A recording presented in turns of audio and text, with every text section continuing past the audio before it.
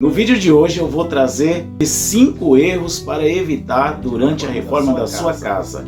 Este é o canal Falando de Cidade e eu sou Ed Vieira, arquiteto. Quero te convidar a se inscrever neste canal. Estou colocando vídeos 2 vezes por semana. Se você se inscrever, assim que eu postar um vídeo, o YouTube te avisa que foi postado um vídeo. O primeiro erro para você evitar durante a reforma da sua casa ou a construção da sua casa é a escolha do revestimento ou a escolha da bancada, o material da bancada.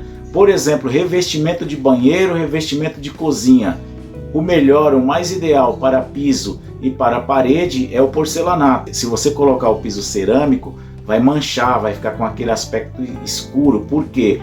Porque diferente do porcelanato, que o porcelanato é feito com, assim, resumidamente, de um pó de pedra com os aglomerantes que eles colocam e faz aquela pedra que você tem ela uma cor mais acinzentada, e a cerâmica ela é feita de argila, então ela vai absorver mais a umidade. Em áreas úmidas onde fica na horizontal, como no piso do banheiro e o piso da cozinha, vai manchar. Revestimentos de parede de cozinha e de banheiro em mármore. O mármore e o granito são pedras naturais. As pedras naturais elas absorvem água. Então, se elas absorvem água, elas absorvem ali os sais e a sujeira que tiver na água, principalmente os sais das águas alcalinas. O cloro ele vai manchar, principalmente a que mais mancha é o mármore. O granito também mancha. Na escolha da bancada da sua cozinha, é muito bonito a bancada de mármore. É muito bonita a bancada do banheiro, as peças do banheiro em mármore, fica luxuoso. Porém, não é o recomendado, eu não recomendo, porque o mármore, por ser uma pedra natural, é uma pedra porosa, vai absorver o líquido e vai manchar. Isto é certeza. A bancada da cozinha é em granito. Por ser pedras naturais, como eu falei, absorvem a água. Na bancada da cozinha você pode reparar se você tem bancada em granito, o granito preto ou o granito verde. Se você deixar ali a água sobre ele, esta água vai ser absorvida e vai ficar aquela mancha. Então, se você tem, o ideal é, assim que caiu a água, terminou de lavar a louça, terminou de trabalhar, faz a limpeza imediatamente e seca. Vai evitar que manche. É possível também aplicar sobre o granito ou sobre o mármore a impermeabilização, que é a passagem de um líquido impermeabilizante. Geralmente a gente passa cruzado, passa em um sentido, uma mão no sentido horizontal e a outra mão no sentido vertical. Porém, não é garantia que não vai manchar. Mesmo impermeabilizado, estas pedras elas absorvem água. O recomendado aí para a cozinha que não absorve água, que não é poroso, mas é natural, é o quartzo, O quartzo branco, ele é muito bonito. Outra dica para pisos de banheiro. Se você vai fazer o revestimento do seu piso, é um erro que você tem que evitar. Se você faz o revestimento do seu piso na cor preta, vai sujar. Você pode falar, Ed, não é um erro, eu gosto do preto, eu quis o preto. Então, tudo bem, você pode pôr o preto também. Só que saiba de uma coisa, a cor preta ficou com umidade, ficou com água sobre ela, ela vai ficar acinzentada. Seja lá o ladrilho hidráulico numa cor escura, vai ficar acinzentado. Se você deixou ali, não deixou umidade, secou, qualquer sujeirinha que cai fica aparente. Então aí a dica para você é, se você gosta da cor preta, tente trabalhar com o preto nas paredes, em alguns detalhes do banheiro, mas traga as cores claras para o piso. O piso sempre é onde vai acumular mais umidade, é onde vai acumular mais água, e então é interessante que você trabalhe com os materiais. O porcelanato, hoje nós temos porcelanatos muito bonitos, que imitam o mármore, que imitam o granito, que imitam a madeira. São materiais que podem deixar o seu banheiro, a sua cozinha, com um aspecto muito legal, muito aconchegante. A segunda dica que eu trago de erros para você não cometer, que você tem que evitar este erro, é os acessórios do banheiro. Sabe aquele suporte de toalha, o suporte para papel higiênico, o suporte para o papel toalha? Esse suporte, se você não pensar nele na hora que você está fazendo a reforma do seu banheiro, no início da construção do seu banheiro, depois que está tudo pronto, você compra esse acessório. E se esse acessório for grande? E se não sobrou espaço para a montagem do suporte de toalha? Se não sobrou espaço para a montagem do suporte de papel higiênico. Aí você tem que pôr ali às vezes atrás, né, acima da bacia sanitária, fica acima da sua cabeça, às vezes você bate, se encosta. Então é interessante você não cometer este erro na hora de estar montando o seu banheiro, de estar reformando o seu banheiro. O outro erro a ser evitado no banheiro também é a questão das medidas mínimas. Existe a medida mínima da bacia, né, porque você tem uma bacia fabricada, mas tem espaços que não há uma medida mínima. Por exemplo, o box eu trabalho com uma medida mínima de 70 centímetros de largura por 70 centímetros de comprimento, ou seja, um quadradinho ali pequeno, mas isso vai depender do cliente, porque tem cliente que precisa de um box um pouco maior, 90 por 90, 90 por 1, mas pensando na medida de 70 por 70, é interessante você pensar no seguinte: se você tem um banheiro pequeno e você faz um box grande porque você quer tomar banho e se movimentar bem, vai sobrar pouco espaço ali para a bacia sanitária. Qual que é um espaço ideal e mínimo para se instalar uma bacia sanitária? Também é 70 centímetros. Se você coloca ali 60, dá para instalar uma caixa acoplada, tem entre 45 e 47 centímetros de largura. Porém, você não vai conseguir usar e se movimentar com tranquilidade se você deixar um espaço apertado. Então o ideal aí para a bacia sanitária é 70 centímetros de largura, entre aí, se for colocado próximo ao box e um lavatório, por exemplo, é que você pense nesse distanciamento da bacia sanitária em relação ao box e em relação ao lavatório. Outro erro que você não pode cometer também, que você tem que evitar, é na escolha da altura do seu lavatório. A altura padrão aí de um lavatório é 90, eu já até tenho outro vídeo que eu falo sobre essa altura padrão de lavatório, porém você também pode adaptar aí uma altura de 85 centímetros para você, de acordo com a sua família, com a altura da sua família. Ao definir a altura do seu lavatório, você tem que pensar qual tipo de cuba você vai utilizar no seu lavatório. Se você pensar numa cuba de embutir, que vai embutida no armário, você tem aí uma altura de 90 centímetros. Se você tem uma cuba de apoio que vai apoiada sobre o móvel e ela tem 20 centímetros de altura, então você vai ter que instalar aí o seu armário do seu lavatório a 70 centímetros de altura no máximo, para que você tenha uma altura útil ideal para a utilização do lavatório do seu banheiro. Um outro erro que você pode evitar durante a reforma da sua casa é em relação ainda à cozinha.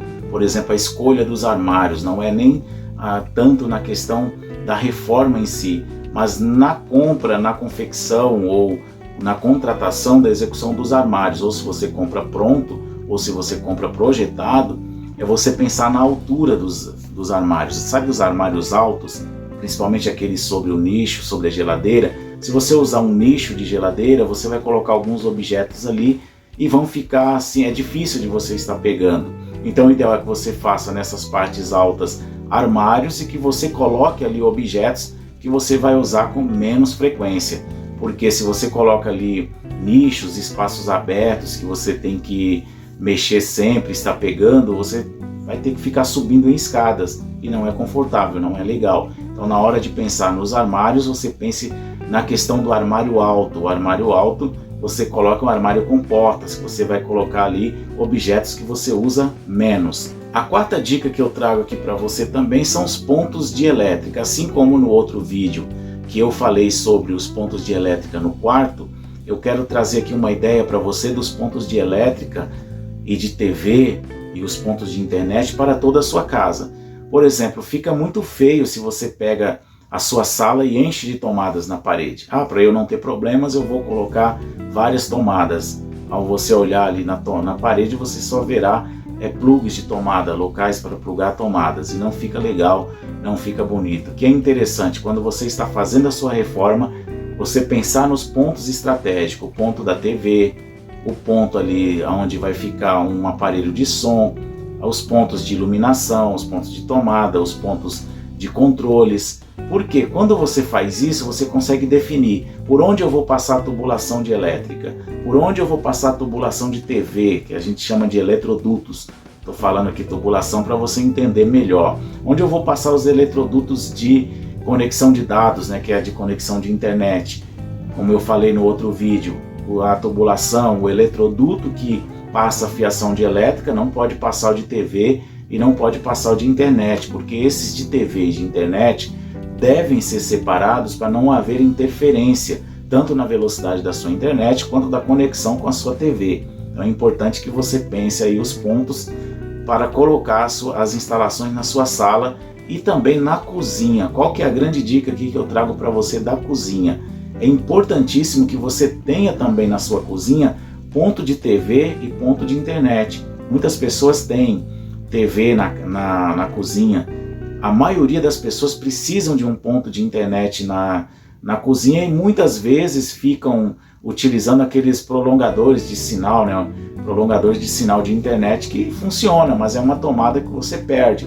Então, se você tem ali na sua cozinha um ponto de internet, você consegue ligar um aparelho diretamente por cabo, você consegue colocar ali um modem a mais para poder fazer a divisão do sinal da sua internet, você consegue colocar um ponto de TV.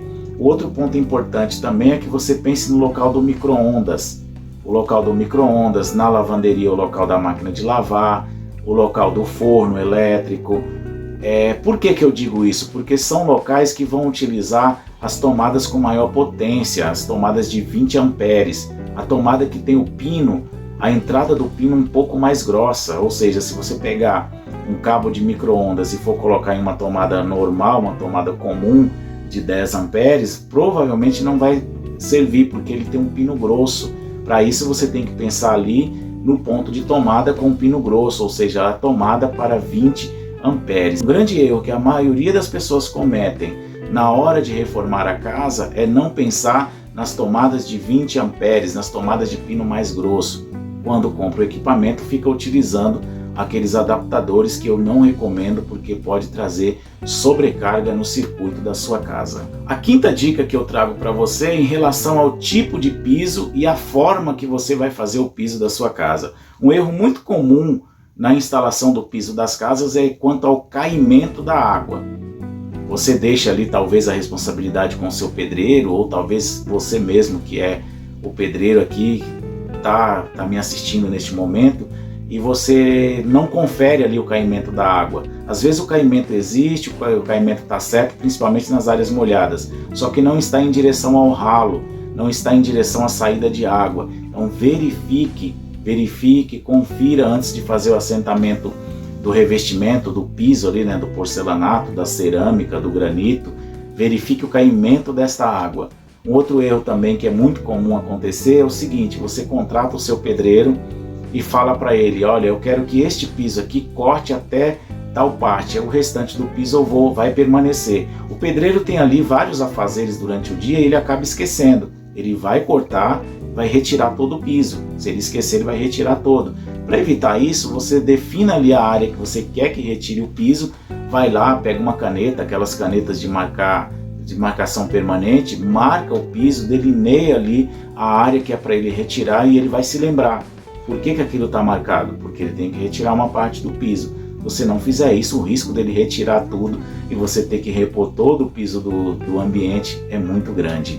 O tipo de piso a ser utilizado também é importante. Lembra do outro vídeo que eu falei na questão do uso dos pisos cerâmicos? O piso cerâmico em área molhada, ele vai manchar. Como eu já expliquei, o piso cerâmico ele é feito de argila. Argila é um elemento que absorve a água, é um material absorvente, mesmo ele ali sendo queimado. A cerâmica é feita em alto forno, né, e aplicada uma camada de esmalte para dar a cor, para dar a beleza. Porém, aquela parte que fica em contato com o concreto e a área molhada, a infiltração ali pelos rejuntes, vai manchar este piso cerâmico.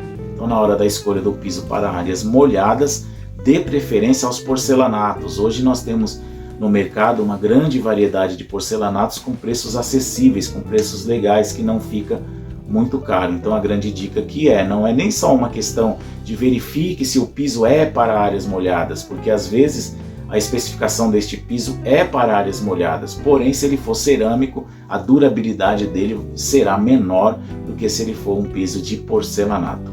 Galera, estas foram as dicas de hoje. Eu espero que você tenha gostado do vídeo. Quero te convidar a curtir este vídeo, a compartilhar este vídeo e a se inscrever no nosso canal. Faz isto Quando você faz isso, o nosso canal cresce, o nosso canal vai ser indicado pelo YouTube para mais pessoas, porque o YouTube vai entender que ele é relevante. E se você se inscrever, se você ainda não é inscrito, se inscrever, assim que eu postar um vídeo, você será avisado de antemão. Então se inscreve e ativa o sininho, ok? Muito obrigado.